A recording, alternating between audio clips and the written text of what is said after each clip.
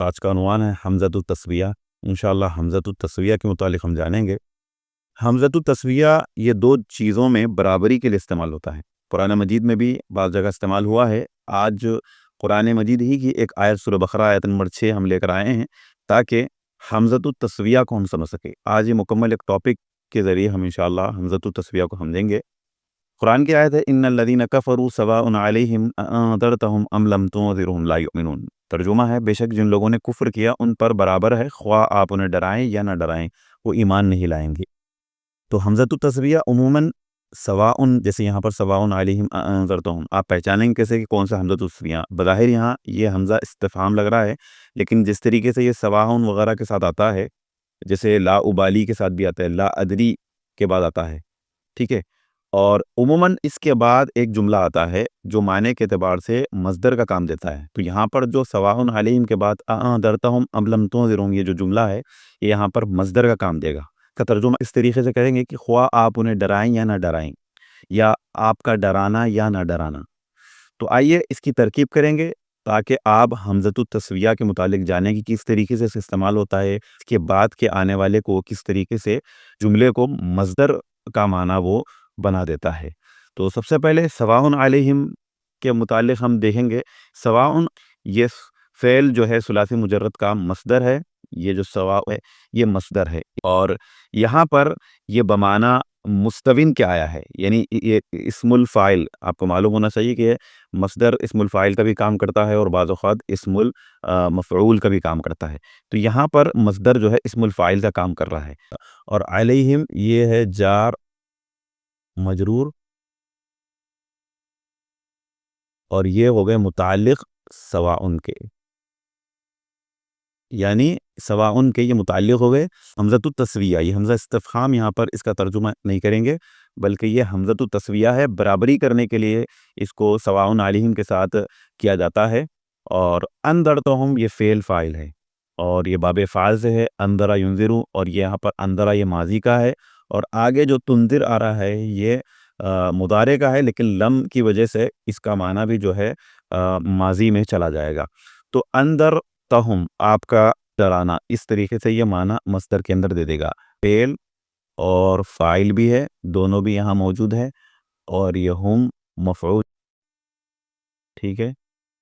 تو یہ فعل فاعل مفعول مل کے جملہ فعلیہ خبریہ ہو کر بتاویل مصدر، یعنی حمزۃ التسویہ کی وجہ سے، یہاں پر میں اسے لکھ دیتا ہوں، یہ حمزۃ التسویہ کی وجہ سے یہ بتاویل مصدر ہو کر معطوف علیہ ہوا ہے، یہاں پر بتاویل مصدر ہو کر معطوف علیہ۔ یہ معطوف علیہ کیوں ہوا؟ یہاں پر آپ دیکھ رہے ہیں یہ عطف کا یہاں پر کام کر رہا ہے، اس وجہ سے ہم نے معطوف علیہ بنا ہے۔ تو اسے آپ دیکھیں یہ عطف ہو گیا، اور لم تنذرہم یہ پھر سے فعل اور فاعل، اور ہم جو ہے مفعول کا۔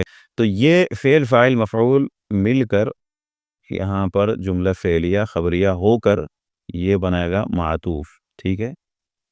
اب معطوف علیہ بتاویل یہ بھی مصدر ہو کر اس کی بھی جو معنی ہوگا یہ مفرد کا معنی دے گا، اور یہ مصدر کے معنی میں آئے گا۔ تو یہاں پر معطوف علیہ اور معطوف مل کر یہ کیا بنے گا؟ یہ فاعل بنے گا۔ اب آپ سوچ رہے ہوں گے کس کا فاعل بنے گا؟ تو یہ اس سواء علیہم، سواء جو مصدر ہے یہ اسم الفاعل کے معنی میں یہاں پر ہے، بمعنی مستوین ہے، اور اسم الفاعل کا بھی فاعل ہوتا ہے۔ تو یہ اسم الفاعل کا انذرتہم ام لم تنذرہم یہ فاعل ہے۔ تو اسم الفاعل اپنے فاعل سے مل کر یہ شبہ جملہ ہوا۔